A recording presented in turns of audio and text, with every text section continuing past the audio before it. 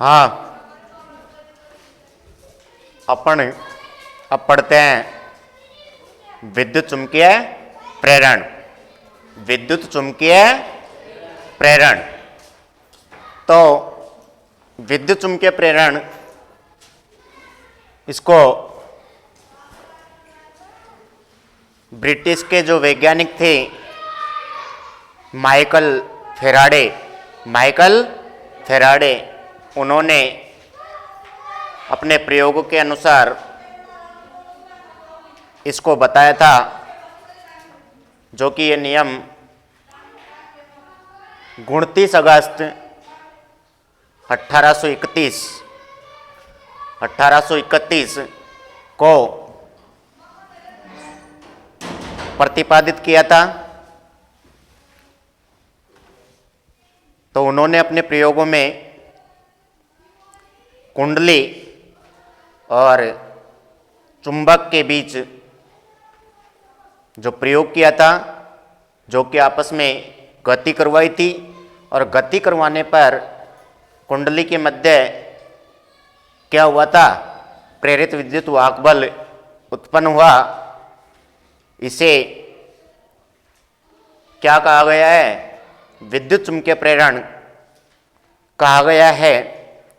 और कुंडली और चुंबक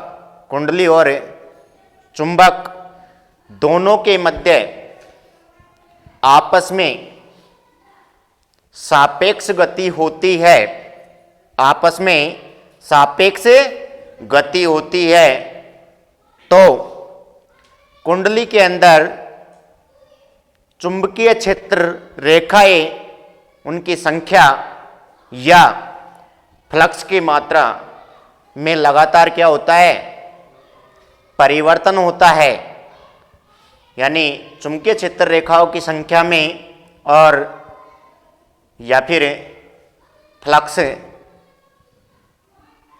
उसकी मात्रा के अंदर लगातार परिवर्तन होता है।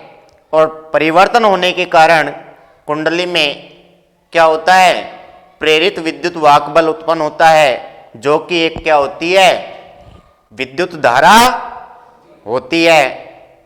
यही विद्युत चुंबकीय प्रेरण कहलाता है। इसे माइकल फेराडे ने अपने प्रयोग में 29 अगस्त सन 1831 में बताया था। तो वो अब प्रयोग हम करके देख सकते हैं।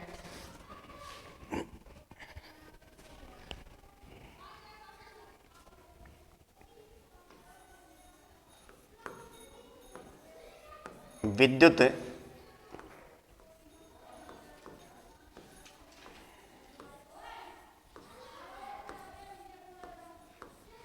चुंबकीय प्रेरण, इसको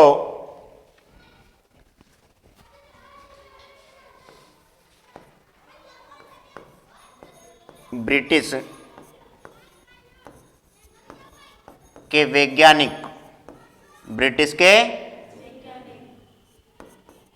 वैज्ञानिक माइकल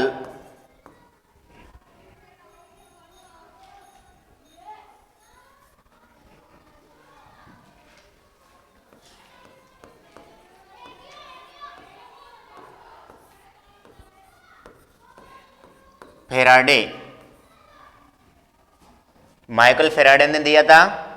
और कब किया था इसको, इस प्रयोग को 29 अगस्त सन 1831 में।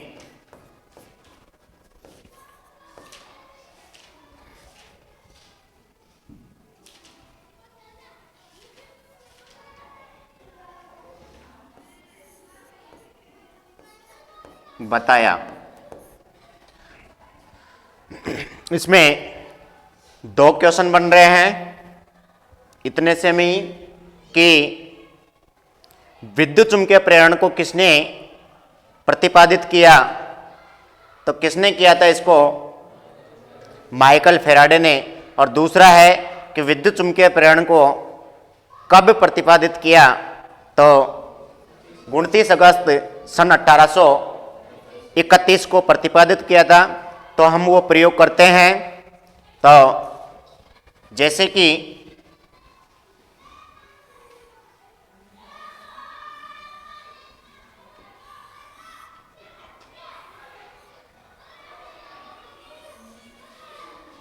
ये क्या है? कुंडली है। क्या है ये? कुंडली है। अब इसके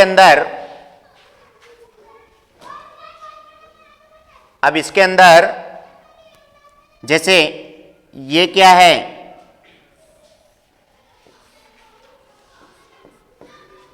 ये चुंबक है। क्या है? चुंबक है। अब इस चुंबक को कुंडली के पास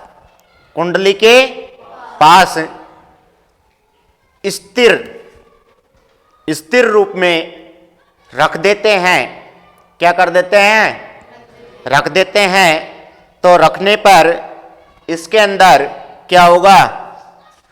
कोई प्रकार का विद्युत वाहक बल उत्पन्न नहीं होगा। और विद्युत वाहक बल उत्पन्न नहीं होगा तो इसके अंदर जैसे नीचे धारामापी लगा हुआ होता है। तो जब, यानी कि मैंने आपको कल पिछली क्लास में भी बताया था कि अगर करंट जहां पे उत्पन्न नहीं होता है वहां पे मीटर के अंदर क्या नहीं होता है? चुंबकीय सुई के अंदर कोई विक्षेप नहीं होता है। तो सुई कहां पे रहेगी? शून्य पे। कहां पे रहेगी? शून्य पे। तो जैसे कि ये चुंबक है और ये क्या है? कुंडली है। कुंडली और चुंबक के बीच में कोई यहाँ पे गति नहीं हो रही है। जैसे कि चुंबक क्या है? रखी हुई है एक स्थान पे, स्थिर स्थान के ऊपर। तो यहाँ पे कुंडली के अंदर क्या नहीं होगा? प्रेरित विद्युत वाहक बल उत्पन्न नहीं होगा। तो जो क्या है यहाँ पे? धारामापी है। इसके अंदर जो सुई है उसके अंदर कोई विक्षेप नहीं होगा। कोई विक्षेप नहीं होगा। तो क्या इसके अंदर विक्षेप नहीं हो रहा है तो क्या नहीं होगा? करंट उत्पन्न नहीं हो रहा है। तो हम I बराबर 0 लिखेंगे। आगे चलते हैं हम। जैसे फिर वापिस ये क्या है? कुंडली है। क्या है? कुंडली है। और इसके अंदर चुंबक दूर है। तो चुंबक को हम इसके अंदर पास में ले आते हैं। क्या करते हैं? पास में ले आते हैं। तो दूर से हम पास में ला रहे हैं। किनको? कुंडली को और चुंबक को। तो जब इनको हम पास में ला रहे हैं तो पास में लाने पर इनके अंदर क्या होगा? सापेक्ष गति हो रही है। दोनों के अंदर सापेक्ष गति हो रही है ना। तो सापेक्ष गति होने पे इसके अंदर जो चुंबकीय क्षेत्र रेखाएं होती है या फ्लक्स होता है, उनके अंदर क्या होता है? प्रेरित विद्युत वाहक बल उत्पन्न होता है। प्रेरित विद्युत वाहक बल उत्पन्न होता है। और प्रेरित विद्युत वाहक बल उत्पन्न होता है तो उसके अंदर क्या होती है? धारा प्रवाहित होती है। क्या होती है? धारा प्रवाहित होती है। तो जैसे कि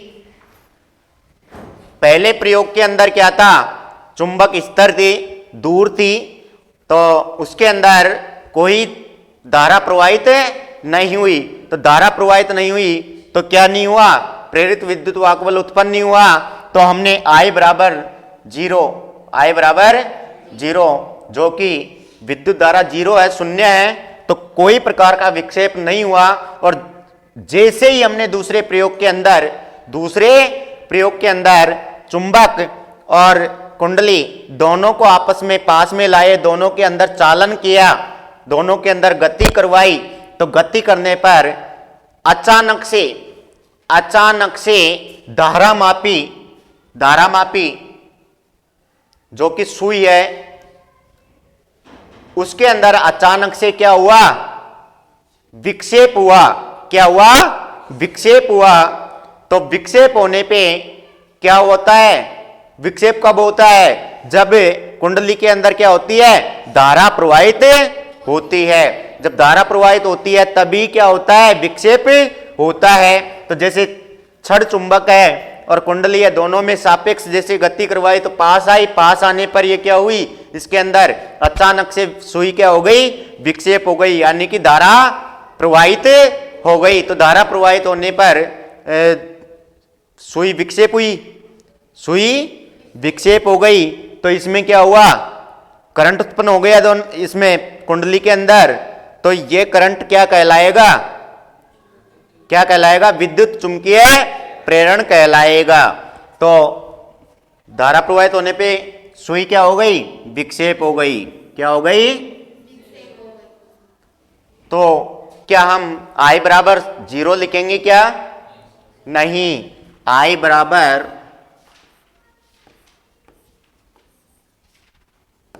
ये लिखेंगे, यानी कि धारा क्या हुई है, प्रवाहित हुई है, प्रेरित विद्युत वाहक बल उत्पन्न हुआ है। जैसे अब तीसरा है, अब जैसे कि क्या है, तीसरा प्रयोग है। तो तीसरे प्रयोग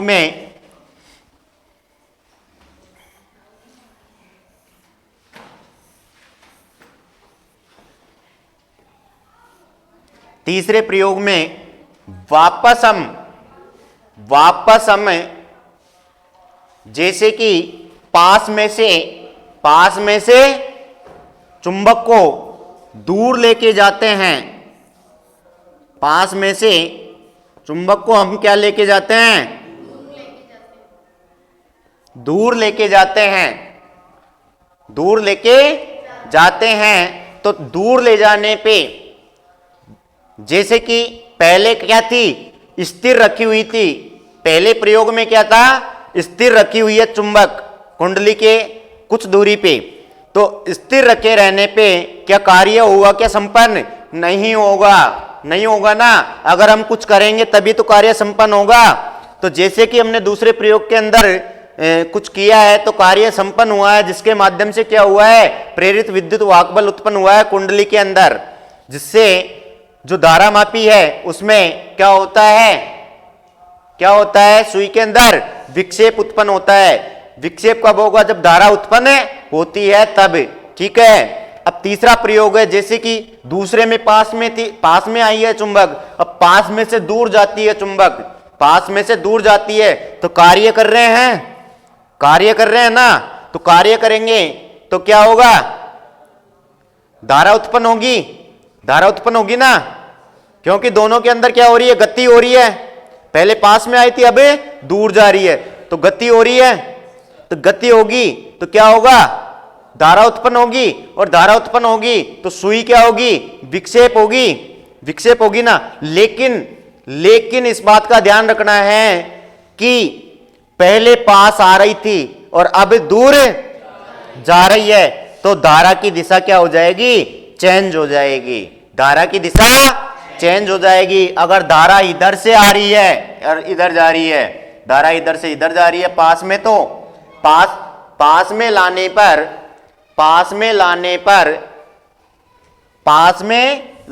पर धारा इधर से इधर आती है, तो पास में से दूर जाने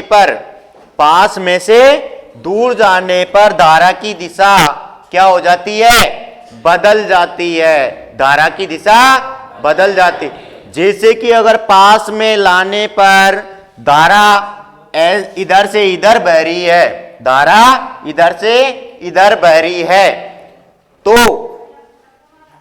सुई की दिशा में जैसे कि विक्षेप ऐसे हुआ है, तो अगले नियम के अंदर जब पास में से दूर जाती है तो धारा इधर से नहीं बह के धारा इधर से बहेगी। और धारा मापी में जो चुंबकीय सुई है उसके अंदर विक्षेप क्या हो जाएगा, बदल जाएगा, जो कि हमने तीनों नियम अभी पढ़े हुए थे पिछली क्लास के अंदर। तो जैसे धारा इधर से बहेगी, इसमें इधर से इधर बही है तो विक्षेप कैसे इधर हुआ है, और अगर इधर से इधर बहेगी तो विक्षेप कैसे हो जाएगा, ऐसे। विक्षेप कैसे हो जाएगा, ऐसे। और इसी प्रकार कुंडली के अंदर क्या होता है, प्रेरित विद्युत वाहक बल उत्पन्न होता है, और इन प्रेरित विद्युत वाहक बल को हम क्या कहेंगे, विद्युत चुंबकीय प्रेरण का सिद्धांत कहेंगे। जो कि यहां पे भी क्या हो रही है, धारा प्रवाहित हो रही है। आया ये समझ में। पहले में क्या है कि चुंबक स्थिर रखी हुई है, चुंबक स्थिर रखी हुई है, तो स्थिर रखने पे कुंडली में कोई प्रेरित विद्युत वाहक बल उत्पन्न नहीं होता है। और अगर कुंडली में प्रेरित विद्युत वाहक बल उत्पन्न नहीं होता है तो क्या होगा, विद्युत धारा प्रवाहित नहीं होगी, और प्रेरित विद्युत धारा उत्पन्न नहीं होगी तो धारा मापी में जो चुंबकीय सुई होती है वो उसके अंदर कोई विक्षेप नहीं होता है। तो जैसे कि I बराबर 0, मतलब I क्या होती है, धारा होती है, तो धारा का मान क्या होगा, शून्य होगा। क्या होगा, शून्य होगा। जैसे दूसरे में दूरी से हम चुंबक के पास में लेके आते हैं, चुंबक के पास में लेके आते हैं तो हमने कुछ किया है, तो कुछ करने पे हमको क्या मिलता है, कार्य संपन्न होता है। तो पास में लेके आए हैं तो कुंडली और चुंबक, कुंडली और चुंबक के बीच में क्या हुई है, गति हुई है, गति हुई है ना। तो गति होने पे कुंडली के अंदर क्या हो जाता है, प्रेरित विद्युत वाहक बल उत्पन्न हो जाता है। और प्रेरित विद्युत वाहक बल उत्पन्न होने पर, प्रेरित विद्युत वाहक बल उत्पन्न होने पर कुंडली के अंदर क्या हो जाती है, धारा प्रवाहित हो जाती है। और धारा प्रवाहित होने पे क्या हो जाता है, चुंबकीय सुई में क्या हो जाता है, विक्षेप हो जाता है। क्या हो जाता है, विक्षेप हो जाता है। और विक्षेप होने पर धारा में कुंडली के अंदर धारा प्रवाहित होती है। तो I बराबर 0 नहीं होगा, नहीं होगा ना, क्योंकि इसके अंदर धारा प्रवाहित हो रही है। अब फिर तीसरे नियम में, जैसे कि इसके अंदर पास में लेके आए हैं, अब पास में से हम दूर लेके जाते हैं, पास में से हम दूर लेके जाएंगे, तो पास में लेके आए थे तब, यानी कि चाहे धारा इधर से इधर बह रही है, कर देते हैं अपन, धारा इधर से इधर बह रही है पास में, तो और पास में से दूर लेके जाते हैं, पास में से दूर लेके जाते हैं, तब भी प्रेरित विद्युत वाहक बल उत्पन्न होता है, क्योंकि हम कार्य कर रहे हैं। और कार्य कर रहे हैं तो क्या होगा, इसमें प्रेरित विद्युत वाहक बल होगा, क्योंकि इसके अंदर गति हो रही है ना, कुंडली और इसके बीच में गति हो रही है, वापस लेके जा रहे हैं तो गति हो रही है, तो कुंडली के अंदर प्रेरित विद्युत वाहक बल उत्पन्न होगा। प्रेरित विद्युत वाहक बल उत्पन्न होगा तो इसके अंदर क्या होगा, धारा प्रवाहित होगी, और धारा प्रवाहित होगी तो चुंबकीय सुई क्या हो जाएगी, विक्षेपित हो जाएगी। लेकिन पास से, जैसे कुंडली और चुंबक दोनों पास से हैं, उसका अपोजिट होगा। जैसे दूर लेके जाएंगे तो धारा भी क्या हो जाएगी, धारा की दिशा भी बदल जाएगी, और धारा की दिशा बदलेगी तो क्या हो जाएगा, धारा की दिशा बदलेगी तो चुंबकीय सुई के अंदर विक्षेप की दिशा भी बदल जाएगी। तो जैसे कि इसमें इस प्रकार है तो इसमें इस प्रकार दिशा बदल जाएगी। अब इसमें धारा कैसे आ रही है, ऐसे ऐसे जा रही है, तो अब इसमें चेंज हो जाएगी। तो क्या इसके अंदर धारा का मान क्या शून्य होगा का, नहीं होगा, क्योंकि धारा इसमें प्रवाहित हो रही है। तो यही नियम क्या कहलाते हैं, क्या कहलाते हैं, विद्युत चुंबकीय प्रेरण।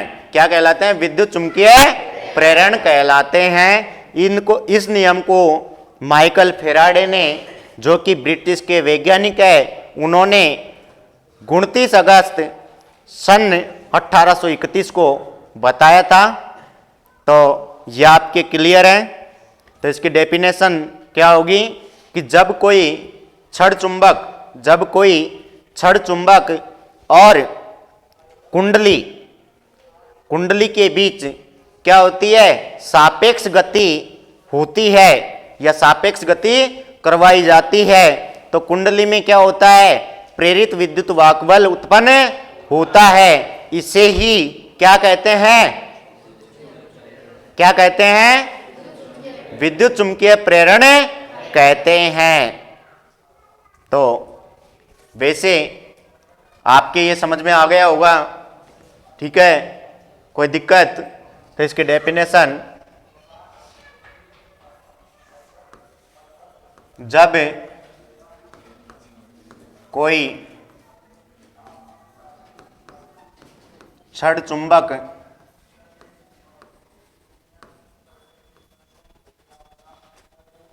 व कुंडली के बीच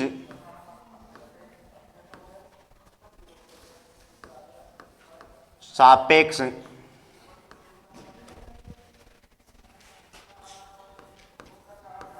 गति करवाई जाती है तो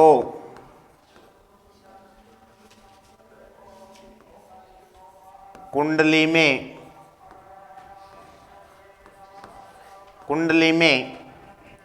डायरेक्ट भी हम कर सकते हैं, प्रेरित विद्युत वाहक बल उत्पन्न होता है, या फिर चुंबकीय क्षेत्र रेखाओं की संख्याओं में क्या होता है, परिवर्तन होता है।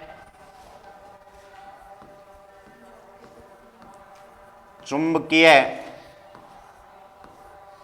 क्षेत्र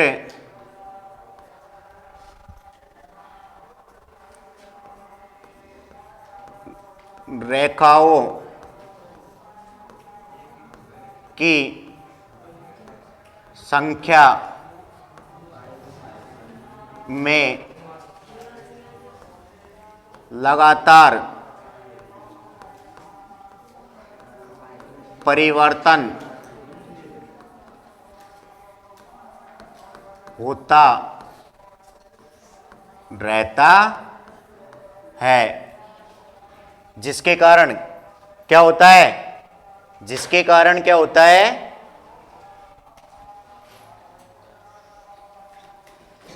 प्रेरित विद्युत वाहक बल उत्पन्न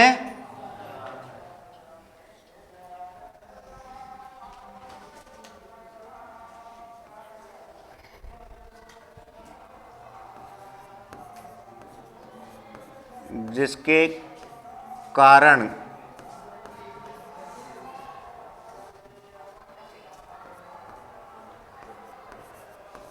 प्रेरित विद्युत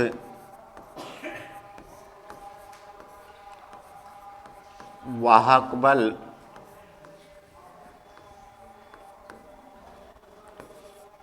उत्पन्न होता है, इसे ही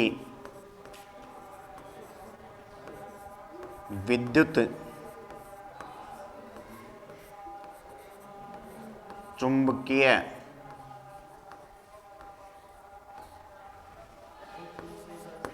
प्रेरण कहते हैं।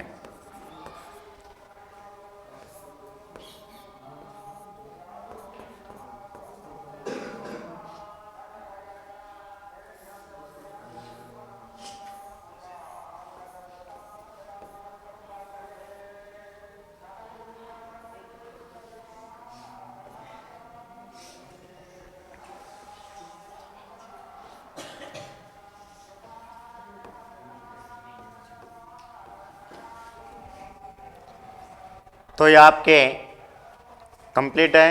जब कोई छड़ चुंबक व कुंडली के बीच में सापेक्ष गति करवाई जाती है तो कुंडली में चुंबकीय क्षेत्र रेखाओं की संख्या में लगातार क्या होता है, परिवर्तन होता है। जैसे कि हम पास में लेके आए हैं छड़ चुंबक को और दूर लेके गए हैं, स्थिर रखी हुई है तीनों में, तो लगातार क्या है, परिवर्तन हो रहा है। तो कुंडली के अंदर क्या है, प्रेरित विद्युत वाहक बल उत्पन्न होगा, प्रेरित विद्युत वाहक बल उत्पन्न होगा। तो इसे ही क्या कहते हैं, विद्युत चुंबकीय प्रेरण का सिद्धांत कहते हैं। इसे ब्रिटिश के वैज्ञानिक माइकल फेराडे ने सन 29 अगस्त 1831 को अपने प्रयोगों में बताया था, जो कि हमने भी हमारे प्रयोगों के अनुसार प्रैक्टिकली के अनुसार हमने इनको किया है, जो कि मुझे जहाँ तक विश्वास है कि आपको कोई दिक्कत होगी नहीं, आ गया होगा समझ में ये तो। हाँ, तीनों प्रयोग अच्छे से आपके समझ में आ गए, कोई दिक्कत? क्लियर? बाकी अब हम अगले क्लास में पढ़ेंगे, और ये जो होता है लगातार परिवर्तन होता रहता है, चुंबकीय क्षेत्र रेखाओं की संख्या में लगातार परिवर्तन होता है, इसे हम क्या कहते हैं? फ्लक्स भी कहते हैं। इसको हम क्या कहते हैं? फ्लक्स भी कहते हैं, जो कि हम अब आगे अगली क्लास कल पढ़ेंगे। ठीक है, कोई दिक्कत?